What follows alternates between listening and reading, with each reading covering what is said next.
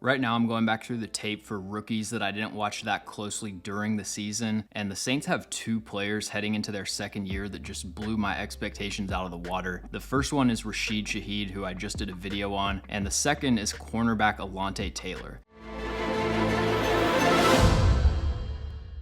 Before we get into the video, make sure to like and subscribe. Also follow us on all of our social medias. You can find the links to those in the description below. Alontae Taylor has some elite athletic traits. He has ideal size and length for press coverage, and he ran a 4.36 in the 40-yard dash, so you really can't beat him deep down the field. He was targeted 16 times last year on go routes or fades, and he only allowed 2 receptions for 32 yards. This rep against DeAndre Hopkins is one of the more dominant press coverage reps from last year. He gets the inside hand on the chest to raise Hopkins' pad level and stall his acceleration, and then he uses the left hand to seal off the outside release, and throughout the entire rep, he's sliding his feet to stay on top of the route. This is his first career start against an all-time great receiver, and he just completely shuts it down. So he has the length to be aggressive at the line of scrimmage, but he really has a complete press coverage skill set. Right here, he's playing a soft shoe press where he just mirrors the release without making contact so he doesn't overextend, and then once Scotty Miller declares his release, he flips his hips and carries him downfield. You can see his transitions out of press are so smooth. A lot of times these long physical press corners kind of have to win at the line of scrimmage because they don't have the hip fluidity to turn and accelerate, but Alontae Taylor can stick with vertical routes effortlessly, and so the aggressive two-hand punch is just another tool that he has at his disposal. And the benefit of running a 4.36 is that he doesn't have to go full speed to recover downfield. He can run at 90% and keep up with most deep threats, and that allows him to be composed and under control playing the ball. So Taylor stays about a half step behind Scotty Miller without over pursuing and drawing a penalty, and you can see he's just reading his body language. Once Miller slows down and raises his hands, Taylor looks up and knocks the ball away.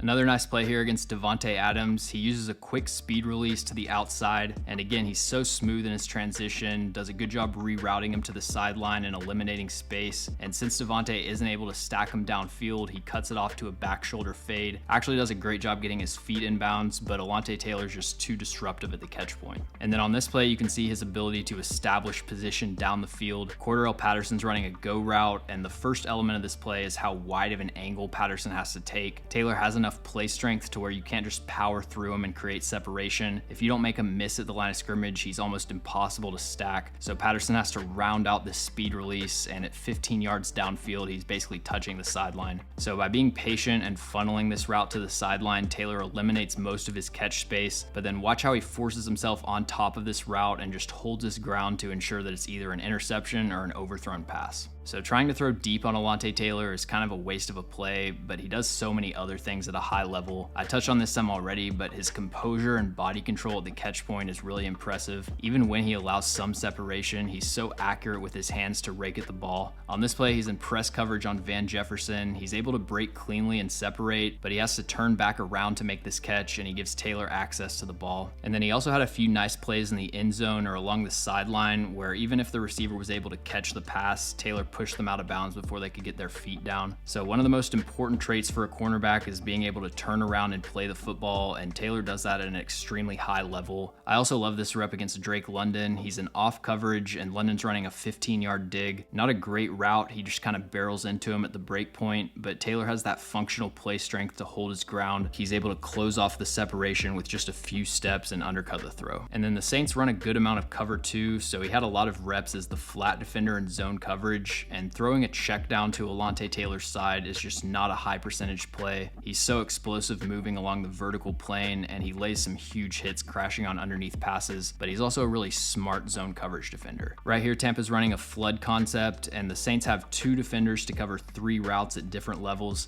This deep corner occupies the safety, so Tom Brady's reading Alontae Taylor as the flat defender and throwing whichever route he doesn't cover. If he's too aggressive crashing to the flat, Brady would have room to hit the hole shot behind him. So Taylor does a good job getting enough depth to take away the intermediate route, and Brady checks it down to the flat for what should have been a first down, but Taylor's quick breaking underneath and he forces the incompletion. So he has the movement skills and coverage instincts to defend 2 routes simultaneously. On this play, the Steelers are running snag, which is corner hitch flat. Normally the point of this play is to put the flat defender in conflict, but Pickett comes off this corner route really fast and checks it down, and Alontae Taylor just destroys Connor Hayward. His only major weakness is lateral quickness. There were a few times against slant routes where the receiver was able to cross him up with a diamond release. They fake outside, get him to lean back on his heels, and then break inside on the slant. And if he misses with that inside catch hand, he has a hard time mirroring the break. So I think the choice between Alontae Taylor and Paulson Adebo for the cornerback 2 spot is pretty easy. Adebo has some nice flashes, but he's just too much of a boom or bust corner and nowhere near as consistent in coverage. I do think he's a starting caliber player, and if Adebo's your CB2 across Marshawn Lattimore, you can live with that. But with Alontae Taylor, the Saints could have 2 lockdown corners on the outside. Thanks for watching. If you enjoyed the video, make sure to like and subscribe. Also, let me know in the comments any NFL players or teams that you'd like me to cover.